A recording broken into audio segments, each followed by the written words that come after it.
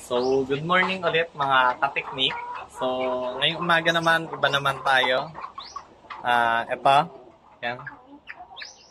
US at saka UK line ng Silky.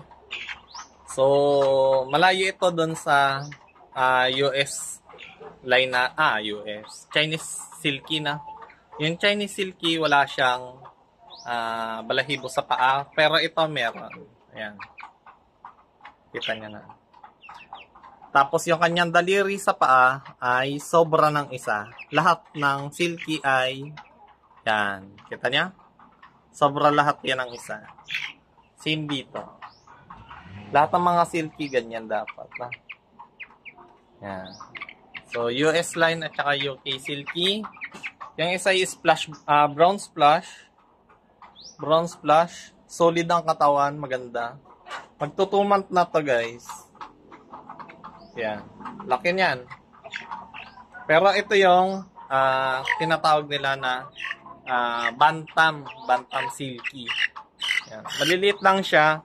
Cute siya. May balahibo sa paa. Solid ang katawan. Meat type din siya. So sa hindi nakakaalam, ang mga manok po ay meat type din na. Ito. Kinakain din po siya. Kaya lang kakainin mo ba siya kung medyo mahal ang presyo? Sa akin, oo.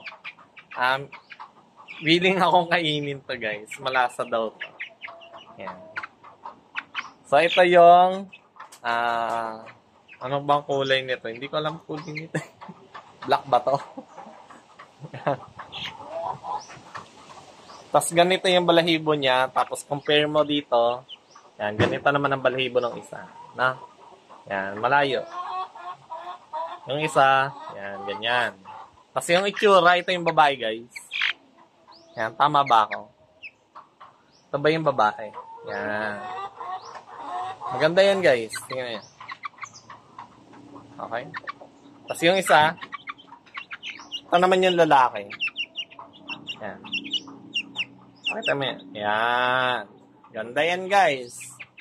So, PM lang kayo, bigyan ko kayo ng promo discount, na? Ayan. Okay? 2 month old. May binibenta pala kaming, breeder. 11 month old yata. 11 month old.